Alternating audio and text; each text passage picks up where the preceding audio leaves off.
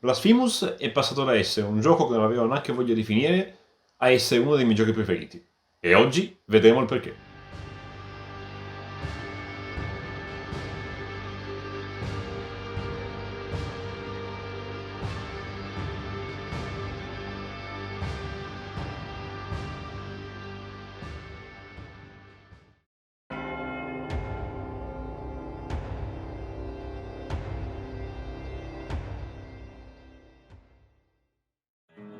Prima di tutto facciamo una piccola panoramica e torniamo esattamente un anno fa, nel 10 settembre 2019, quando un piccolo studio spagnolo, The Game Kitchen, portava sui nostri schermi un Metroidvania con influenze Souls-like, perché non è un Souls-like, Blasphemous, Dio mio, ambientato in un universo dark fantasy dominato dalla religione, una visione molto contorta e perversa della religione, ma dominato dalla religione. Grazie ad una spiccata componente artistica e del gameplay impegnativo, è riuscito a guadagnarsi una vasta nicchia di pubblico e a ricevere giudizi per lo più positivi.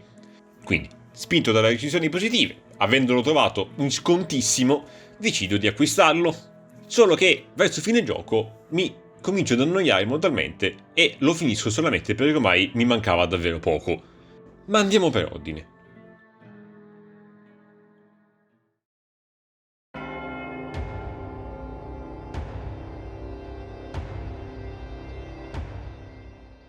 Iniziamo il gioco risvegliandoci in un mare di cadaveri simile al nostro protagonista, il penitente, che dovrà affrontare numerosi ostacoli disseminati per tutta custodia, l'ambientazione del gioco, con l'aiuto della sua spada, la mea culpa. Come accennato in precedenza, Blasphemous è fondamentalmente un Metroidvania, ovvero quel genere di giochi che, coincidenza incredibile, si ispira a piene mani alle meccaniche di Metroid e Castlevania, ovvero spiegati in soldoni, platform in 2 dimensioni con una mappa più o meno aperta, nei quali per poter proseguire sono necessari vari poteri e abilità che si sbloccano mano a mano che si avanza nella storia e che serviranno anche a recuperare tesori in aree precedenti e così via. The Game Kitchen però aggiunge alla formula alcune ispirazioni del genere dei Souls-like, come una valuta in-game multiuso, che in questo caso si chiamano lacrime, ma sono l'equivalente delle anime, e la possibilità di recuperare la propria salma nel luogo della morte. In questo caso non per recuperare le anime perse, ma per rimuovere un malus sul massimo fervore del personaggio, che sarebbe il mana, e un guadagno ridotto delle lacrime, fino a quando non si recupera appunto la salma. Il tutto coronato da un'art direction particolarissima, che si ispira a reali opere a sfondo religioso, ma tutte fottute, fondamentalmente. Sono rielaborate in chiave dark e horror.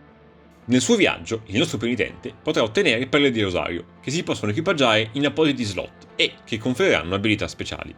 Naturalmente non mancano i vari poteri, qui chiamati reliquie, che sorprendentemente sono non i soliti che si sono visti nei vari pilastri del genere, quindi non doppio salto, non salto sulla parete, ma sono un po' più particolari, come ad esempio fare apparire piattaforme altrimenti incorporee, poter ascoltare le voci dei cadaveri o non subire danni dalla nebbia velenosa. Niente di innovativo, però almeno è qualcosa di effettivamente originale. Il nostro penitente inoltre può potenziare la propria salute, il proprio fervore e la propria spada, sbloccando mosse aggiuntive ad altari speciali tramite le già citate lacrime. I boss sono variegati e con un design curatissimo, mentre i nemici base, anch'essi curati, saranno affrontabili in modi diversi, grazie anche ai vari incantesimi qui chiamati preghiere, che hanno effetti passivi o attivi. Arrivati a questo punto, dopo tutto questo sermone, vi starete chiedendo, ma qual è il problema? Adesso ci arriviamo.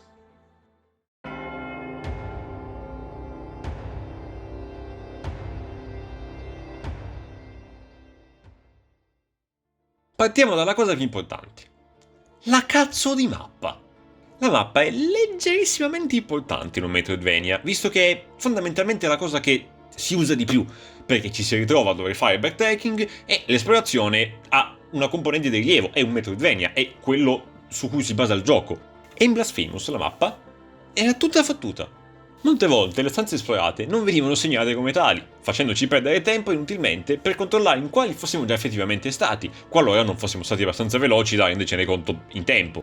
E in generale la quantità elevatissima di tesori da recuperare con poteri che si sarebbero sbloccati solo molto più avanti nell'avventura rendeva incredibilmente tedioso tenere a mente quali fossero i posti da ricontrollare, quali fossero i posti da esplorare in seguito e quali fossero i posti dove proseguire l'avventura principale. Perché L'unico modo per essere sicuri di non dimenticarsi nulla era quello di segnarsi tutto a mano, fuori dal gioco. Non parliamo poi dei bug, che nei casi peggiori softlockavano la partita e in quelli migliori ti facevano sentire uno scemmo, perché un ascensore che richiedeva degli oggetti chiave per poter essere utilizzato, magicamente poteva essere utilizzato anche senza quegli oggetti chiave, rendendo quindi l'oggetto completamente inutile e bloccato nel tuo inventario, mentre tu ti chiedevi quale fosse il posto dove sarebbe stato richiesto usarli.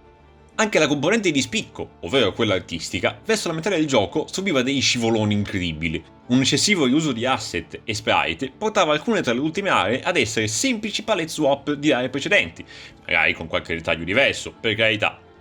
Non mancavano inoltre le situazioni ingiuste, come la possibilità di venire stanloccati da molti nemici o dover rifare lunghissime e impegnative sezioni di platform per uno sbaglio commesso alla fine che comportava la morte diretta. Non mancava la frustrazione contro diversi boss, visto che quando si muore si perde tutto il fervore posseduto. Il fervore è il mana e serve da usare gli incantesimi e le preghiere, e riposando ai santuari, che sarebbero i falò del gioco, non veniva recuperato, rendendo i tentativi successivi molto più complessi, a meno che non si andasse a uccidere i nemici per molto tempo, con l'obiettivo di ottenere il fervore perduto. Arrivato alle battute finali, quindi, tutta la voglia di proseguire la meraviglia era ormai svanite, e dopo aver finito il gioco senza completarlo e con il finale peggiore, decisi che non valeva la pena continuare ad esplorare il terribile mondo di Custodia.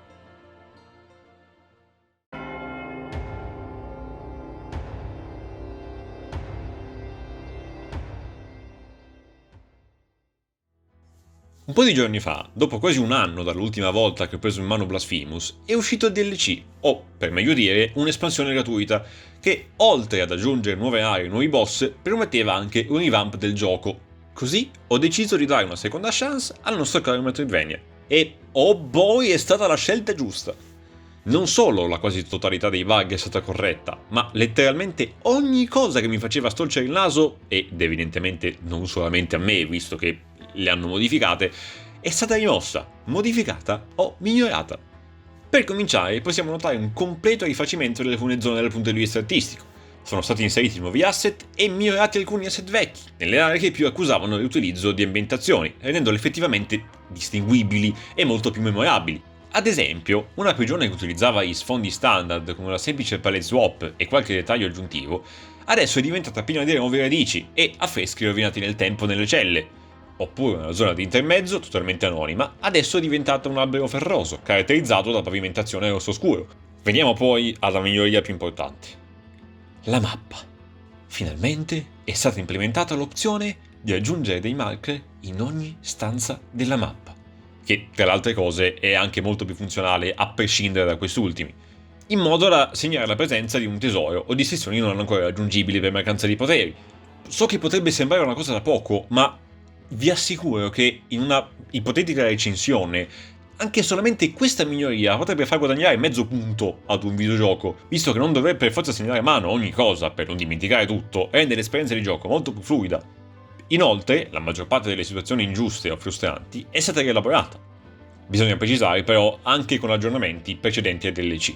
Per esempio aggiungendo un percorso di ritorno ad alcune sezioni di platform molto impegnative che avrebbero dovuto fungere da shortcut e invece erano semplicemente la morte, oppure cambiando il comportamento di alcuni nemici, come questi prigionieri che quando vanno in berserk una volta ti caricavano all'infinito stanloccandoti in eterno, mentre adesso lo fanno solamente per 2 volte e poi hai una piccola, molto piccola finestra, ma ce l'hai, esiste, per poterti rialzare e colpirli, in modo da interrompere lo stun. L'aggiunta di ulteriori shortcut è stata anche abbinata alla possibilità di potenziare i santuari, ovviamente ad un prezzo di lacrime molto salato, permettendo il recupero di fervore ad ogni riposo, Dio mio grazie, e aggiungendo la possibilità di teletrasportarsi ad ogni santuario, e non solo nei punti prestabiliti dei portali di viaggio rapido. Questa forse è una delle cose che mi piace più o meno, perché rende molto scemo usare i portali, semplicemente, visto che spesso sono anche vicini a santuari. Quindi perché aggiungere i portali? Non lo so, questa è palesemente una cosa che si è pensata dopo, però è molto comoda e alla fine è solamente perdere tempo, quindi ehi. Infine, vediamo l'aggiunta di un voice acting spagnolo di altissimo livello, che personalmente trovo molto più adatto all'atmosfera e alle ambientazioni di quello inglese, che è comunque di ottima fattura. A dire il vero, l'idea di un doppiaggio spagnolo, come gli sviluppatori, era già presente all'inizio dello sviluppo, ma per mancanza di budget avevano optato giustamente per uno inglese più appetibile internazionalmente. Però quello spagnolo in molte situazioni è più bello, al di là del fatto che uno può capire l'inglese e lo spagnolo no, ma ci sono i sottotitoli, quindi il problema non si pone, ed è veramente veramente veramente bello, è sporco, è intrigante, è secondo me molto più bello di quello inglese, che ripeto, era comunque molto bello. Mis pensamientos se encuentran desamparado, penitente. Necesito rezar. Por amor a la alta voluntad, faz callar el sonido. Da segnalare anche l'aggiunta del New Game Plus, che è necessario per accedere al contenuto esclusivo del DLC, ma non a tutti i miglioramenti fino a qua citati, ovviamente, che inoltre permette di utilizzare delle penalità aggiuntive, in modo da ottenere più premi, e la scelta di non aggiungere ulteriori trofei per il contenuto aggiuntivo, in modo da permettere ai giocatori completismo compulsivi, come il sottoscritto, di goderne appieno senza preoccuparsi dell'eventuale platino. Fondamentalmente i trofei funzionano esattamente come prima del DLC, tranne per i bug che adesso non ci sono più, ma quello è, si può platinare il gioco senza dover fare il New Game Plus. Quindi, una volta appurato tutto ciò, mi decido a far ascendere la mia partita precedente in New Game Plus, per accorgermi però che nella mappa molte zone che avevo già visitato erano state rimosse, a significare che anche nel gioco base ci sarebbero state modifiche. Quindi decido di ricominciare il gioco da capo, perché altrimenti il mio spirito da completista mi avrebbe perseguitato a vita, e non è il caso. Mi viene persino il pallino di provare a platinarlo, per poi accorgermi che un trofeo richiede di battere tutti i boss del gioco senza mai curarsi con le fiaschette Estus del gioco, le fiaschette di bile. E lì mi demoralizzo. Però dico, proviamo, poi vediamo, se trovo un boss insormontabile, amen, non lo faccio più. Ma Dio mio, è una delle cose più divertenti e oneste che abbia mai deciso di fare in un gioco. Dover imparare ogni boss e poi arrivare a non farmi mai toccare praticamente e devastarli è un'esperienza che consiglio a tutti quelli che vogliono una sfida impegnativa ma non folle, non masochista, in quanto comunque equipaggiando le giuste pelle del rosario e le giuste abilità si possono ridurre i danni, si possono usare NPC e preghiere per curarsi, e quindi quello che poteva essere un'esperienza incredibilmente frustrante è forse la più divertente di tutta la partita. Da segnalare anche l'aggiunta del mercurio, che permette di potenziare le fiaschette, sacrificandone una per aumentare la potenza delle altre, in modo da far curare più salute, visto che una delle criticità della versione base era che le fiaschette non curavano un culo e se ne doveva utilizzare anche 3 o 4 di fila per poter recuperare il danno subito da un colpo solo. In sostanza, Blasphemous è diventato un gioco divertente, impegnativo ma non frustrante, onesto, visivamente ispirato e, per quanto non sarà uno dei giochi più belli al mondo, non sarà uno dei giochi più importanti di sempre, è entrato di prepotenza nei miei giochi preferiti. Credo ormai si sia capito, ma davvero, se l'avete giocato una volta e non vi è piaciuto, dategli una seconda chance. Non ve ne pentirete. Con punto sia il vostro cuore.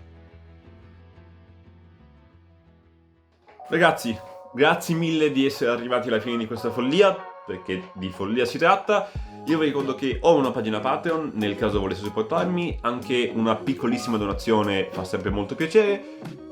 Vi ricordo di iscrivervi se ancora non l'avete fatto e di attivare la campanella per non perdervi nessuna novità. Fatemi sapere nei commenti quali sono i vostri Metroidvania preferiti e per il momento da GBJ è tutto, al prossimo video!